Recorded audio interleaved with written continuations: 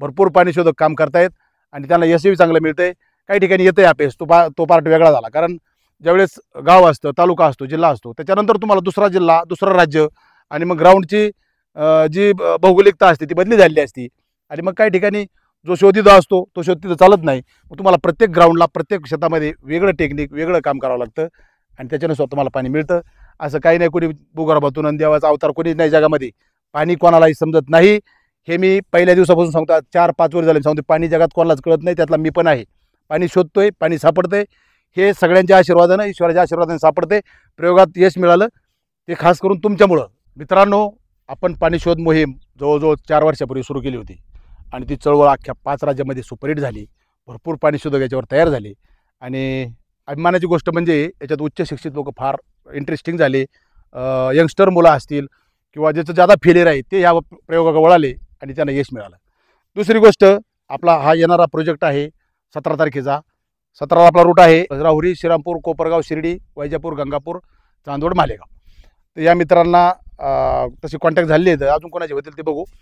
दुसरी गोष्ट मित्रांनो, पाणी शोध करताना भरपूर अडचणी असतात. ग्राउंड बदली झालं की अडचण येते, त्याच्यामुळे तुम्हाला तुमचा अनुभव कामाला येतो. आणि दुसरी गोष्ट, आपण 4 पॉईंट पहिले दिले होते या मागच्या रूटमध्ये या लोकलला. तर 4 मधले 4ची 4 सुपरहिट झाली. पाठीमागं 2 तुम्ही व्हिडिओ बघितले, आता हे 2 तुम्ही बघताय व्हिडिओमध्ये आहेत. पुढं सगळा व्हिडिओ पहिल्यापासून शेवटपर्यंत बघा. मला काय सांगायचं तुम्हाला कळेल, अर्धे बघितल्यानं तुम्हाला कळणार नाही आणि मग तुम्ही म्हणता अरे बापरे हे काय असते, म्हणजे आहे की नाही. प्रत्येक गोष्ट याच्यात क्लिअर सांगितलेली असते. व्हिडिओ पहिल्यापासून शेवटपर्यंत बघत चला. असं काही वेगळं सांगण्यासारखं नाही आहे. मला भरपूर दिवस कॉल चालला आहे, सर लवकर या लवकर या, पण मला थोडं थांबा, पावसामुळे थांबलो होतो. तर चला मित्रांनो, व्हिडिओ बघा.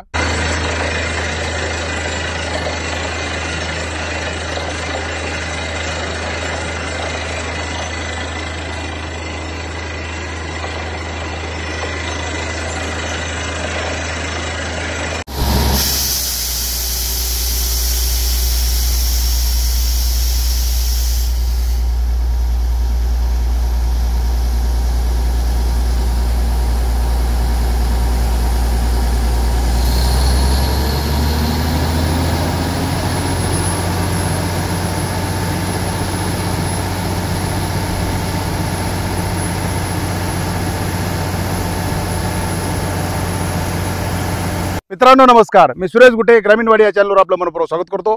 मित्रांनो, आजचा व्हिडिओ खास आपण आपल्या सबस्क्रायबरांसाठी बनवलेला आहे आणि खास करून पाणी शोधावरती आपण हा व्हिडिओ बनवतोय.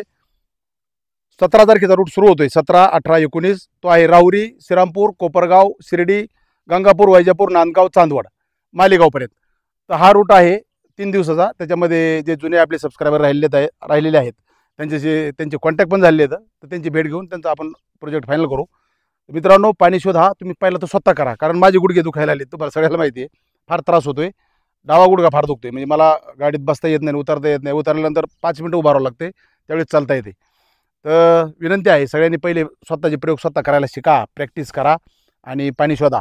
फार कोणी शेजाऱ्याला पाणी लागलं म्हणजे आपण तो पाणी शोधक आणायचा, किंवा दुसऱ्याला पाणी लागलं म्हणजे आपण तो पाणी शोधक आणायचा आणि मग भरपूर पाणी लागलं असं काही नसते. शेजाऱ्याच्या शेतात भरपूर पाणी लागणे आणि आपल्या शेतात कमी लागणे ही एक नैसर्गिक प्रक्रिया आहे. शेजाऱ्याच्या शेतात पाणी लागलं याचा अर्थ आपल्या शेजाऱ्याचा मोठा बंगला असतो, आपलं पत्र्याचं घर असतं, कारण आपल्याला येणारी आवक ही छोटी असते, त्याच्या काय येणारी आवक ही मोठी असते आणि त्याच्यामुळं ते मतभेद तयार होतात. आपण काय म्हणतो, अरे त्याच्या शेतात जवळच्या शेजाऱ्याला एवढं पाणी मला का नाही. मला असं वाटतं तो एक विषय वेगळा आहे. त्याच्या शेतातून जाणारं पाणी, त्याच्या शेतातून जाणाऱ्या लाईन आणि तुमच्या शेतातून जाणाऱ्या लाईन जरी सारख्या असत्या आणि जरी तुम्हाला ती लाईनच सापडली नाही तर त्याचा फायदा काय होतो आहे की नाही. दुसऱ्याच लाईनवर पॉईंट पडतो आणि पाणी आपल्याला कमी लागतं, किंवा ऑलरेडी पाणी कमी असतं त्याच्यामुळेही पाणी कमी लागू शकतं. बऱ्याचशा गोष्टी या पाणी शोधात आहेत. पाणी शोध हा अनुभवातून शिकला जातो. याचं कुठेही पुस्तक नाही. पाणी कसं शोधायचं, कोणत्या साहित्याने शोधायचं, त्याचे नैसर्गिक मापं दिलेले आहेत. परिणाम, बाबा ह्या झाडापाशी पाणी असतं, त्या वस्तूपाशी पाणी असतं, किंवा त्या वेलीपाशी पाणी असतं, परंतु पाणी फार उंचीवर राहिलेलं नाही. 99% पाणी हे फार खोल गेलेलं आहे. आणि पाणी साठा, आता पहिलं ज्यावेळेस आपण लहान राहायचो त्यावेळेस ओढे, नाले, नद्या ह्या जवळजवळ मार्च एप्रिलपर्यंत पाणी राहायचं त्याच्यामध्ये. आज ते डिसेंबर एंडच्या अगोदर संपतंय, म्हणजे 3-4 महिने पाणी अगोदर संपतंय. भूगर्भ डाऊन होतो, विहिरीचं पाणी संपतं, बोरचं पाणी संपतं आणि परिणामी आपल्याला बिगर पाण्याचं राहावं लागतं एप्रिल, मे, जून. तर हा पार्ट आहे. आपण पाणी शोध खास करून गुरांसाठी, लेकरांसाठी चालू केला होता, कारण त्यांना पाणी मिळावं. आपल्याला 2 सीजन मिळतात. गुरांढोरांसाठी एक सीजन असतो एप्रिल, मे, जून. त्याला त्यामध्ये पाणी आणि चारा मिळाला पाहिजे. त्यासाठी आपण महाराष्ट्र काय 5 राज्यामध्ये धावपळ केली आणि पॉईंट हे सुपर हिट केले. शेतकऱ्यांचंही समाधान झालं आणि ज्या गायीमाई आहेत त्यांनी सुद्धा मला आशीर्वाद चांगला दिला. एवढा प्रवास केल्यानंतर एकही धक्का कुठं लागू दिला नाही. फक्त गुडघा दुखतोय ती शारीरिक व्याधी आहे. तर चला मित्रांनो, आता काही जादा बोलणार नाही. पाणी शोध पहिला तर तुम्ही स्वतः प्रयोग करा अशी मी विनंती करतो.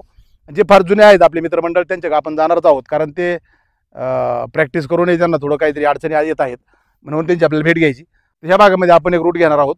त्याच्यानंतर मग धाराशिव रूट आहे, त्याच्यानंतर सातारा रूट आहे, सांगली सातारा.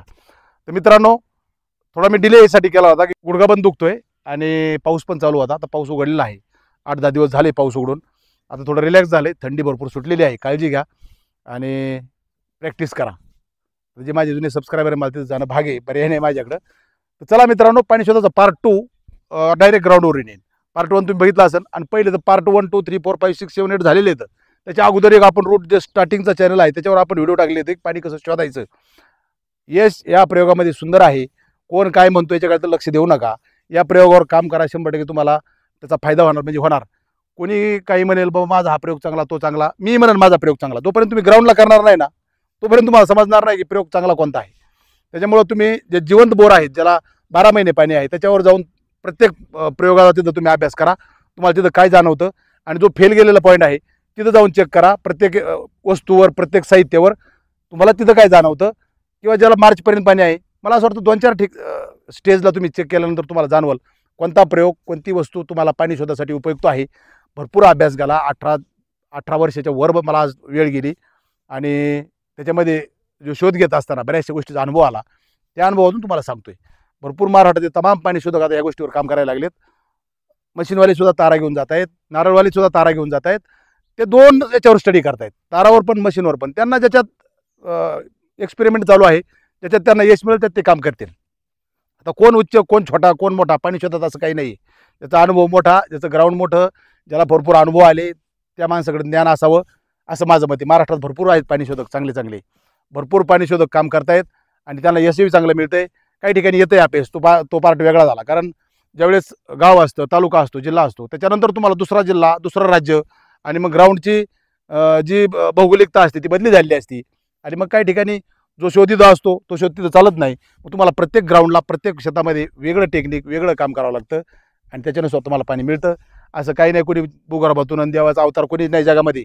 पाणी कोणालाही समजत नाही, हे मी पहिल्या दिवसापासून सांगतो. 4-5 वर्ष झाले सांगतो, पाणी जगात कोणालाच कळत नाही, त्यातला मी पण आहे. पाणी शोधतोय, पाणी सापडतंय, हे सगळ्यांच्या आशीर्वादानं, ईश्वराच्या आशीर्वादाने सापडते. प्रयोगात यश मिळालं ते खास करून तुमच्यामुळं, बरं का मित्रांनो. असं काही नाही. फार भरपूर लोक आहेत वयस्कर, त्यांना थोडा अंधश्रद्धा असते, बाबा याला लोक कळतोय, त्याला डोळ्याने दिसते, असं काही नाही. पुन्हा एकदा मनापासून सांगतो, पाणी हे जगात कोणालाही कळत नाही, ती मलाही नाही. आपण शोधतोय, सापडतंय, प्रत्येक शेतकऱ्याला त्याचा फायदा झाला आणि धन्य झालो मी पण आणि तो बिचारा शेतकरी पण. तर चला मित्रांनो, असेच आशीर्वाद असू द्या, असा सपोर्ट असू द्या. भेटू तुझ्या भागात. नमस्कार, धन्यवाद.